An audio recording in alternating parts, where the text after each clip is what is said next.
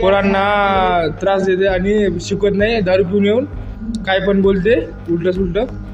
बघून का त्याची मास्तरची अवस्था. पोरींना खान बोलत आहे.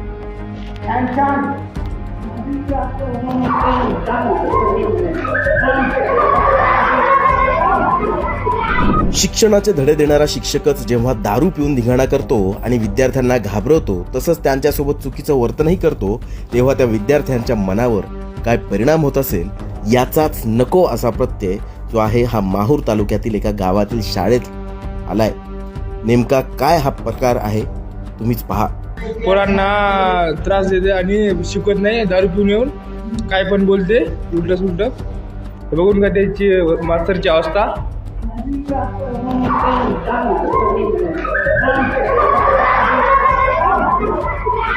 माहूर तालुक्यातील शेकापूर येथील जिल्हा परिषद शाळेतील शिक्षकानं दारू पिऊन चक्क शाळेतच धिंगाणा घालताना विद्यार्थ्यांसोबतही गैरवर्तन केल्याचा खळबळजनक प्रकार दिनांक 5 डिसेंबर रोजी घडला. शिक्षकी पेशाला काळीमा फासणाऱ्या या दारुड्या शिक्षकाला निलंबित करून सदरील शिक्षकावर गुन्हे दाखल करण्याची मागणी ग्रामस्थांकडून करण्यात आली आहे. माहूर तालुक्यातील मौजे शेकापूर येथील जीप शाळेत कर्तव्यावर असलेला शिक्षक अनंत वर्मा यांचा शेकापूर येथील जिल्हा परिषदच्या प्राथमिक शाळेतील गैरवर्तनाचा अत्यंत धक्कादायक व्हिडिओ समाज माध्यमांवर फिरत असून सदरचा व्हिडिओ 5 डिसेंबर रोजीचा असल्याचं सांगण्यात येत आहे.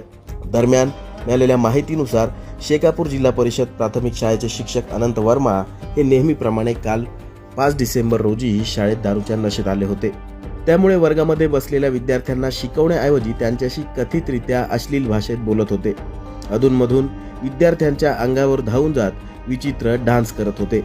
ही सर्व बाब समाज माध्यमांवर फिरत असलेल्या व्हिडिओमध्ये स्पष्ट दिसत असून शिक्षकाच्या अशा अवस्थेने शाळेतील विद्यार्थी देखील प्रचंड घाबरलेल्या अवस्थेत दिसत आहेत.